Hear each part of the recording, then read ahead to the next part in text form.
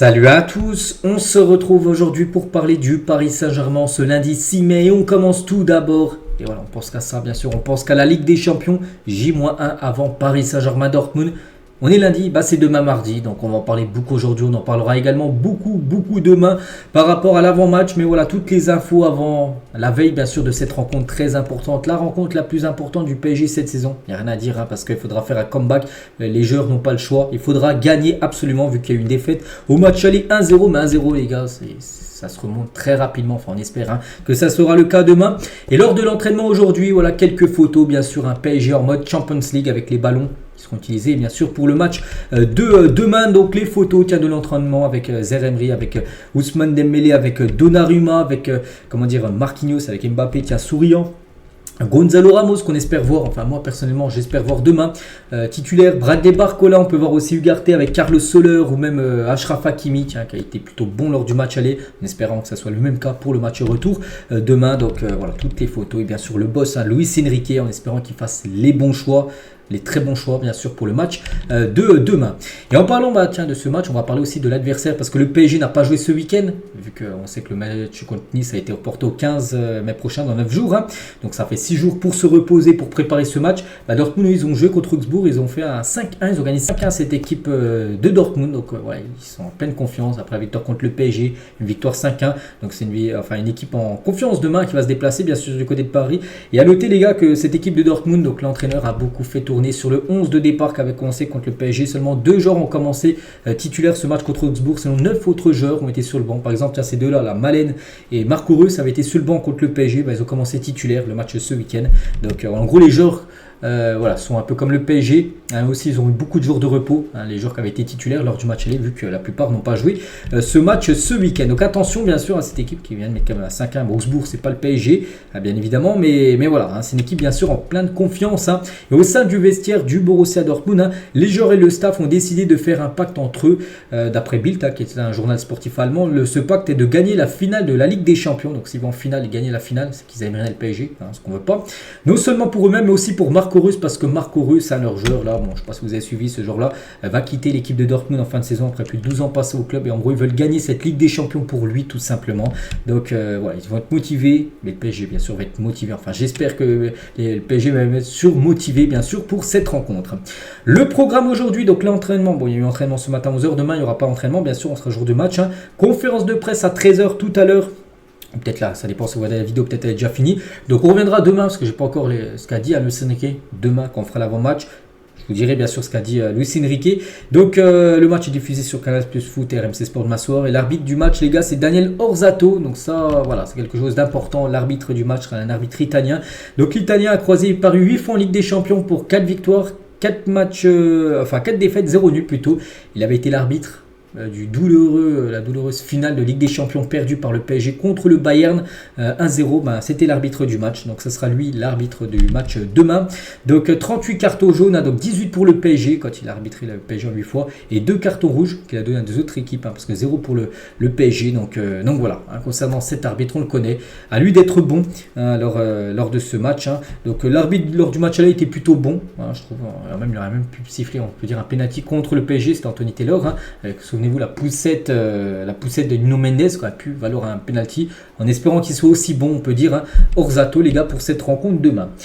Toujours sur cette rencontre bien sûr, là ça commence à bouger énormément depuis mercredi, même jeudi on en parle, depuis la défaite, on sait que tout le monde est mobilisé, et même le collectif Ultra Paris ont lancé un communiqué tout simplement, je vais pas tout lire, mais par exemple mardi soir nous allons vivre l'un des matchs les plus importants de l'histoire du club du PSG, un match qui peut nous envoyer dans l'enceinte de Wembley pour vivre une nouvelle finale de Champions League, parce qu'oubliez pas que la dernière finale disputée par le PSG n'avait pas de supporters, c'était à huis clos, c'était pour la période Covid contre le Bayern, donc là s'il y a une finale, il y aura beaucoup de supporters parisiens lors de la finale à Wembley, qui est un stade de plus de 80 000 places, donc voilà, il peut y avoir beaucoup de supporters, bref, donc en gros nous appelons donc tout le peuple parisien de faire qu'un seul corps, en gros de mettre une énorme ambiance, même les supporters, des fois pas les supporters mais plutôt les spectateurs qui viennent regarder le match, supportent le PSG, mais supporter, en gros, la chanter, essayer de voilà, mettre vraiment une grosse ambiance pour envoyer de la force tout simplement aux joueurs. Hein, voilà ce qu'on voit bien sûr le Cup, hein, voilà, de faire le feu, on peut dire, avant le match hein, et pendant le match. Hein. Et le PSG lance une opération pour un Parc des Princes avec des supporters uniquement en rouge et bleu face à Dortmund. Voilà, ils aimeraient soit tu t'habilles en rouge, soit en bleu. Peu importe, hein, voilà. Mais une de ces deux couleurs-là, tu ne viennes pas par exemple en vert, voilà, pour le match. Non, voilà, rouge et bleu, c'est ce que demande hein, le PSG, hein, bien sûr, pour les supporters présents dans le stade demain. Et c'est vrai que ceux qui seront présents, bah, c'est un petit peu les chanceux, on peut dire, entre guillemets, mais peut-être ceux aussi qui ont beaucoup d'argent parce que voilà, les prix des places, les gars, s'envolent. Hein. Pour s'offrir le précieux sésame pour mardi soir, il faudra mettre le prix hein, qui varie entre les dernières places là, parce qu'il y a des places peut-être au marché noir, enfin j'en sais rien, mais voilà, minimum c'est 375 € jusqu'à 900 € les places là actuellement, les dernières disponibles, on peut voir.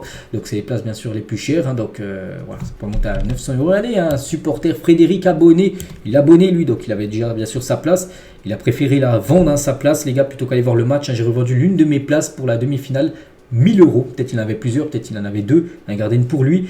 Mais la deuxième, peut-être qu'il prêtait, je sais pas, qu'il donnait à chaque fois à son frère, j'en sais rien. Mais il a préféré la vendre comme 1000 €. Donc voilà. Puis même demain, je pense qu'il y aura aussi des places qui vont être vendues quelques heures avant le match. Hein, je pense que ça va aussi s'envoler hein, les prix.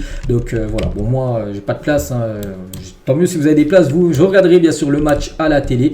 Et c'est vrai qu'il y en a qui n'ont pas de place. Hein, et puis il y en a qui ont voulu avoir des places, mais bon, trop cher tout ça. Donc à 2 jours du match, hein, maintenant, la veille même, des supporters sans place hein, pour PSG Dortmund demandent à ce qu'une fan zone soit installée devant le Parc des Princes mardi soir. Ils sont 2000 sur un groupe Telegram pour essayer de faire cette pétition. Bon, pour l'instant, rien de voté. Mais c'est vrai que c'est dommage, hein, il aurait pu avoir ça quand même. Voilà, là, tu mets un écran géant pour le PSG. Je pense pas que c'est bon, c'est payant bien sûr de faire ça parce qu'il faut amener de la sécurité et tout ça. Mais voilà, pour un match comme ça, je pense qu'il aurait pu avoir quelque chose de prévu pour les personnes qui ne peuvent pas aller au stade. Donc après, ça se peut que ça soit fait là, en dernière minute, mais pour l'instant, il n'y a pas d'écran géant, on peut dire, autour du Parc des Princes. On continue bien sûr toujours avec ce match, hein, parce qu'on parle que de ça. Hein. Donc Luis Enrique se dit très touché par les marques d'affection que lui envoie le public parisien au quotidien. Cela nous ravit de voir les supporters que l'aiment et qu'ils aient le sentiment de pouvoir l'aider, confie un proche du coach. Hein. Et Luis Enrique espère bien réussir à conquérir la fameuse étoile. La Champions League. Hein. Il se plie volontiers au jeu des photos avec le sourire à chaque fois qu'il est sollicité. Il répond favorablement. Il dégage un calme et une sérénité. On dirait même Maître Yoda hein, dans son calme qu'il a. Hein. Donc un intime journal Le Parisien dit ça par rapport à Luis Enrique, bien sûr là qui est focus hein, pour essayer de mettre la meilleure équipe bien sûr pour demain. Et Luis Enrique est parvenu à s'adapter à son nouveau quotidien francilien et à se faire apprécier de ceux qui le côtoient. Hein. Son management, l'état d'esprit qu'il diffuse ou son application totale lui confère un statut particulier. Il vit sa meilleure vie ici. Voilà, c'est vrai que c'est bien, c'est une réussite. Hein. Maintenant, on aimerait qu'il aille chercher une finale de Ligue des Champions parce que c'est jouable, les gars. C'est Dortmund, c'est à domicile, demi-finale retour. T'as un but, c'est vrai que ça aurait été mieux de faire nul ou victoire à l'aller, bien sûr. Mais voilà, c'est une défaite. Peut-être, imagine, tu aurais gagné 2-0 match aller, je sais pas, ou un 2-1. Tu n'aurais peut-être pas su comment jouer le match hein, parce que Dortmund aurait peut-être ils n'auraient peut-être pas montré le même visage, ils auraient peut-être pressé pour revenir. Que là tu n'as pas le choix. Tu dis que tu as perdu le match aller, tu n'as pas le choix, il va falloir gagner. Donc là, c'est pour ça qu'on pense, on espère que dès les premières minutes, vraiment énorme pression du PSG, il n'y a pas le choix. Hein. 90 minutes, là, il faut y aller. Et voilà, essayer de marquer, bien sûr. Le plus rapidement, je pense que le PSG, les gars, peut. Vraiment, ça peut enchaîner les buts demain si sont finisseurs. Parce qu'il y aura des occasions. Il y aura, je pense, d'énormes occasions. Maintenant, il faudra les mettre au fond. Pour le match de demain. Mbappé, tiens, genre qui va être très attendu demain. Bien sûr, Kylian, hein, par rapport à son match aller qu'il a plutôt loupé. Bon, il a touché le poteau, mais bon, ça fait poteau sortant. Nous, on veut que ça fasse soit un poteau rentrant ou un but tout court. Hein. Bref, le match retour va-t-il bien se passer? Il a dit, je pense. Hein. Je suis déjà en préparation et c'est sûr que je vais arriver au match de bonne humeur, prêt à défendre les couleurs de mon équipe et à nous qualifier pour la finale. Bon, on espère demain. S'il y a un grand Kylian Mbappé demain, ça sentirait très bon pour la qualification en finale. On va parler aussi d'autres postes. Tiens, des postes. Tiens, regardez, qui doit remplacer Lucas Hernandez? Forfait, hein, on sait, hein, on lui envoie beaucoup de force. Hein, mais qui doit le remplacer en défense centrale? Ça sera Marquinhos. Mais Marquinhos avec qui? Danilo, Beraldo, Skriniar. Et sur 8000 votes à peu près, hein, donc la plupart, 50%, mais un vote sur deux, pour Danilo. 38% pour Beraldo et seulement 11% pour Skriniar. C'est que Skriniar, les gars, c'est flop. Hein, début de saison titulaire. Mais là, regardez, les supporters ne veulent même plus de Skriniar, tout simplement. Donc c'est vrai qu'entre les deux, je sais pas. Danilo, je me souviens du match contre le Havre où ça a été très limite. Hein. Je partirais peut-être moi sur Beraldo quand même. On verra ce qu'il va décider, même si je pense que Danilo sera le joueur qui sera titularisé en défense. Hein. Et concernant l'attaquant, parce que voilà, PSG doit marquer, hein. Demain on est d'accord. Donc qui doit commencer en point, je veux dire en numéro 9, hein. Donc soit Mbappé, Gonzalo Ramos, Randal Kolo Muani. Donc là il n'y a pas de... Même moi, j'ai pas voté là, mais j'aurais mis ce vote là. Gonzalo Ramos, 88% est l'attaquant qui doit commencer en pointe. Mbappé, il a commencé en pointe. Mais Mbappé, lors du match aller, je vous parle, mais Mbappé est un joueur de couloir. Il doit jouer ailier gauche. Mbappé, donc Kolo Muani seulement 1%. Kolo Muani, alors personne ne lui fait confiance, hein, c'est vrai. Donc Ramos, on espère qu'il sera titulaire. Et voici le 11 du PSG que Lizarazu a dévoilé hier sur Téléfoot. Que lui, il aimerait, hein, c'est pas le coach Lizarazu, mais il aimerait voir cette équipe là. Donc Donnarumma, Mendes, Danilo, Marquinhos, Hakimi. Bon, je suis d'accord. Bon, Danilo, Beraldo, ce sera le point d'interrogation avec les deux, hein. Sinon le reste ça sera ça. Donc milieu de terrain, donc Zeremre, Vitinha, les deux ok, et Fabien Ruiz. Moi j'aurais préféré peut-être mettre Kanguinli pour ce match, on verra, hein. Et devant Mbappé à gauche, je suis ok. Ramos dans l'axe et Dembélé, je suis d'accord. Il y a juste Fabien Ruiz, j'aurais enlevé Danilo, je sais pas, en balotage avec Beraldo, donc voilà. Sinon Barcola serait sur le banc, et Barcola, t'inquiète pas, il jouerait. Tu le fais rentrer à la 60e, c'est un gars qui va vite, c'est un gars, tu sais pas comment il va se passer le match, hein. Puis même vraiment la mi-temps, je sais pas, tu perds, et ben tu laisses, tu n'auras pas le choix, tu enlèves Fabien Ruiz, tu mets Barcola en plus, tu joues à 4 attaquants, de toute façon tu n'auras pas le choix. Il avait essayé ça, on se souvient que Newcastle en début de saison, c'était pas passé, avec une défaite 4-1, mais là vraiment si tu n'as pas le choix, il est même prêt, je suis sûr, à mettre Barcola plus Randal Kolo Muani, vraiment mettre que des attaquants en fin de match. Si le match, vraiment il n'y a pas le choix, il va falloir marquer, donc on verra, de toute façon... Voilà. Mais je pense que cette équipe-là, c'est plutôt pas mal, à part Fabien Ruiz, j'aurais mis Kanguinli. Donc là, c'est ce que pense à Lizarazu, ce qu'il aimerait voir, mais d'après le journal Le Parisien, l'équipe la plus probable devrait être ça. Donc c'est quasiment la même, hein. Donc juste Fabien Ruiz ou Kanguinli, hein.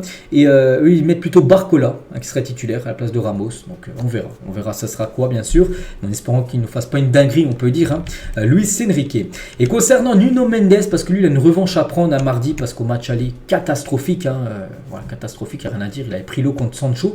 Donc certains de ses proches se veulent convaincus de sa capacité de rebond immédiat et donne rendez-vous mardi, hein, persuadé de voir Mendes comme l'un des joueurs du match. On espère, hein, si c'est l'un des joueurs du match, hein, ça sentirait bon, hein.